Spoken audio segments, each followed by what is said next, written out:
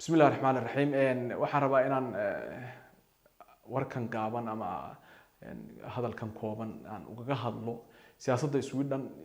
meesha ay marayso iyo waxyaabahan yaamahan soo baxay ama jahwareerka siyaasadeed waddanka Sweden ka dhacay ama ka socda yaamahan baan rabaa inaan bal warbixin kooban aan ku eegno ama aan uga u bayaamiyo bulshada Soomaaliyeed ee ku dhaqan waddanka Sweden marka koowaad waxaan la soconaa waddanka Sweden doorashadii ka dhacday 2018 natiijadii ka soo baxday siday u ahayd maxaa jira markii natiijadu soo baxday waxa waddanka Sweden ka dhacay in xisbiyadii markaas la xulufooyinka kala ahaa inaanay jirin hal xulufo oo waddanka ku guuleysatay inay hogaamiso taas marka waxay sababtay waddanka Sweden inay ay hogaamiso dawlad maartay ku tiirsan xisbiyo kale oo ay ku heshiiyeen inay markaa heshiis ku gaaraan qodobo siyaasadeed ay ku fuliyaan 4 sano soo socota marka waddanka Sweden waxa ku guuleystay oo inay maamulaan fursad u helay waddanka xisbiga shaqaalaha iyo xisbiga cagaaran oo garab ka helaya labada xisbi ee liberaalka ah oo centerka iyo liberaalana kuwaas marka waxay ku heshiiyeen qodobo ah ilaa 73 qodob iyagoo markaasna uu jiro xisbi kale oo xisbiga bidixda ah oo iyaguna aanay la'aantiis aanay waxba u socon karin oo laakiin isaguna markaas maadaama uu yahay xisbiga shaqaalaha ay isu mabaadi' dhow yihiin uu ahaa isaguna maaragtay xisbi ka agdhow oo markaa taageero siin jiray dhinaca kale marka waxa iyagana jira xisbiyadan midigta iyo xisbiga midigta fog oo iyaguna dhinaca kale oo markaas maaragtay dawladda mucaarad ku sidaan sheegay xisbiyadu waxay qorteen 73 qodob oo lagu ballamay in la fuliyo 4 sano soo socda marka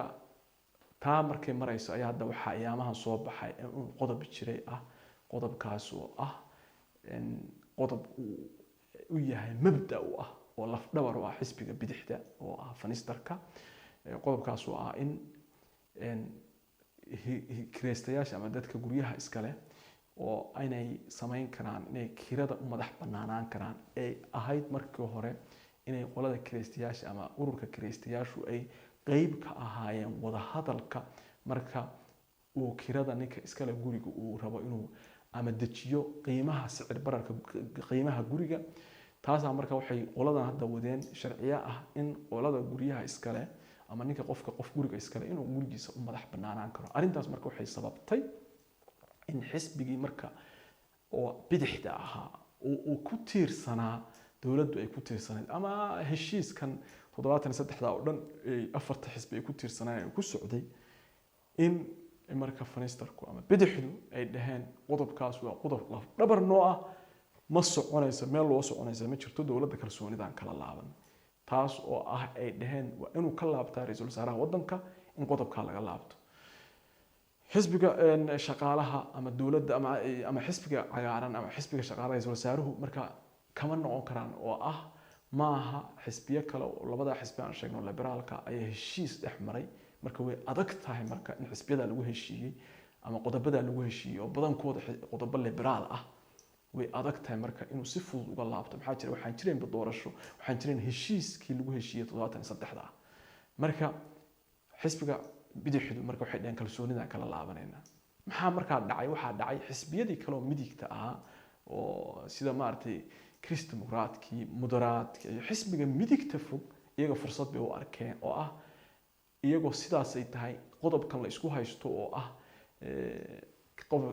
kirada in loo madax banaanaynayo qofka guriga iska leh waaba iyagu maadaama liberaal yihiin waaba qodobada ay iyagu markasta ay ku taamaan inay ka fuliyaan waddanka Sweden hase ahaatee maanta laakiin waxay fursad u noqotay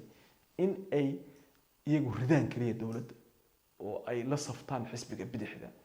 oo kalsoonida lagala laabto ra'iisul wasaaraha taas marka waxay dhalisay qoladan oo ka faa'iideysanaysa in dawladda meesha laga saaro iyo qoladan bidixda oo iyagu dhahaysa qodobkan anagu laf dhabar noo yahay ayaa marka waxay meesha keentay in in xisbiga social democrat ama ra'iisul wasaaraha kalsoonada lagala laabto sida la iclaamiyay maalinta Isniinta ee soo socota. marka maalinta Isniinta soo socota runtii gudoomiyaha baarlamaanka wadanka Sweden wuxuu isugu yeeray dhammaan 349 mudane xildhibaan ka ah wadanka Sweden baarlamaankiisa. taasa marka hadda waxay waxa socda qabanqaabo wadanka Sweden ama jahwareer maxaa dhici doona isweydiin markasta waxa arkaysaa joornaalada ama wadanka Sweden aad u la faguraya. marka kaliya waxaan rabnaa inaan ka eegno maxaa dhici doona marka maalinta Isniinta. runtii hadda qabanqaabo aad u culus baa waxa wada xisbiga shaqaalaha isagoo maaragtay arintaas sidoo uga bixi lahaa isku dayaya oo la leeyahay waxa laga yaabaa in ra'iisul wasaaruhu aan arintan xaliyo inta lagu jiro Sabti Axadda oo bari uga harsan tahay. hadda waxa soo baxay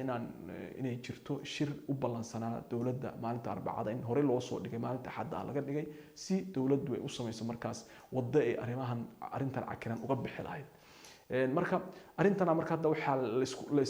la saadaalinayaa Isniinta maxaa dhici doona iyadoo dadku ka eegayaan muxuu sameyn doona ra'iisul wasaaruhu kullee waa loo jeeda arinta inaan dib loo noqonayn oo marka xisbiga bidixdu inaanay waxay arintan ciyaar ahayn dib uma noqonayaan waa la ballamay Isniinta in dawladda kalsoonida lagala laabto. marka ra'iisul wasaaraha haduu shirkan bariya la arki doona maxaa dhici doona. marka waxa jira ifafaale saadaalinaya muxuu ra'iisul wasaare Löfven iyo dawladdiisu maxay sameyn doonaan ma wadadee uga bixi doonaan. laba qodob baan rabnaa inaan ka eegno iyadana meeshaas. qodob waxa leeyahay ra'iisul wasaaruhu waa iscasilaya oo arinta markaas dawladda waxa sii wadi doona la wareegi doona gudoomiyaha baarlamaanka wadanka Sweden oo markaas isagu raadin doona dawladdan wixii bedeli lahaa. dawladdan ra'iisul wasaare Löfven wadana wuxuu noqon doonaa dawlad xil gaarsiina intuu gudoomiyuhu keenayo dawlad bedesha. midda kale oo iyadana oo dhici karta oo iyadana la hadal hayo aan waligeed oo hal mar wadanka Sweden ka dhacday iyadana doorasho ka soo horeysa doorashadii caadiga ahayd oo Isbaaniska lagu dhaho extra val doorasho dheeraad ah. taas marka iyadana laga yaabaa inuu ku dhawaaqo ra'iisul wasaaruhu taas marka keeni karta 3 bilood gudahood waa in doorashada wadanka Sweden lagu qabto ilaa bisha 9aad ku eg. markaas tan kale iyadana muuqato waxa weeye hadii doorasho dhacdo xisbiyada hadda ku heshiinay ra'iisul wasaaraha ridaan xisbiya wadanka ku heshiin kara inay maamulaan xataa ma waxay ka tahay kaliya inay ra'iisul wasaaraha ridaan. xisbiga waa arkaysa xisbiga midigta fog xisbiga bidixda iyo xisbiyadan kuwa ku heshiin kara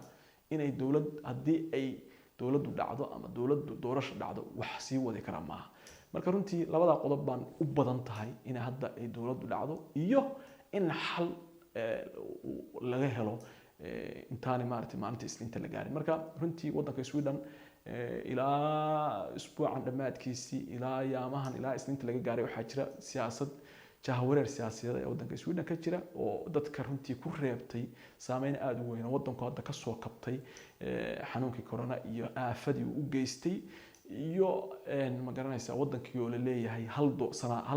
hal sana doorasho ka harsan tahay doorashada caadiga ah 2022 hal sana ka harsan ma iyadiyo hal sana ka harsan tahay doorasho kale wadanka la geliyaa oo runtii kharashaad badan iyo lacag badan ay ku bixi karaan. taas marka iyadana waxay noqon kartaa waxa dadka Swedishka ku riday walwaliya walaac ah muxuu wadanku wadad jihadee qaadi doona maalinta Isniinta. marka saasaan isleeyahay waa ku soo koobi doona aad ay u mahadsantihiin dhammaan bulshada Soomaaliyeed waxaan rabaa inaan inta la wadaago. Assalaamu calaykum warahmatullaahi wabarakaatuh.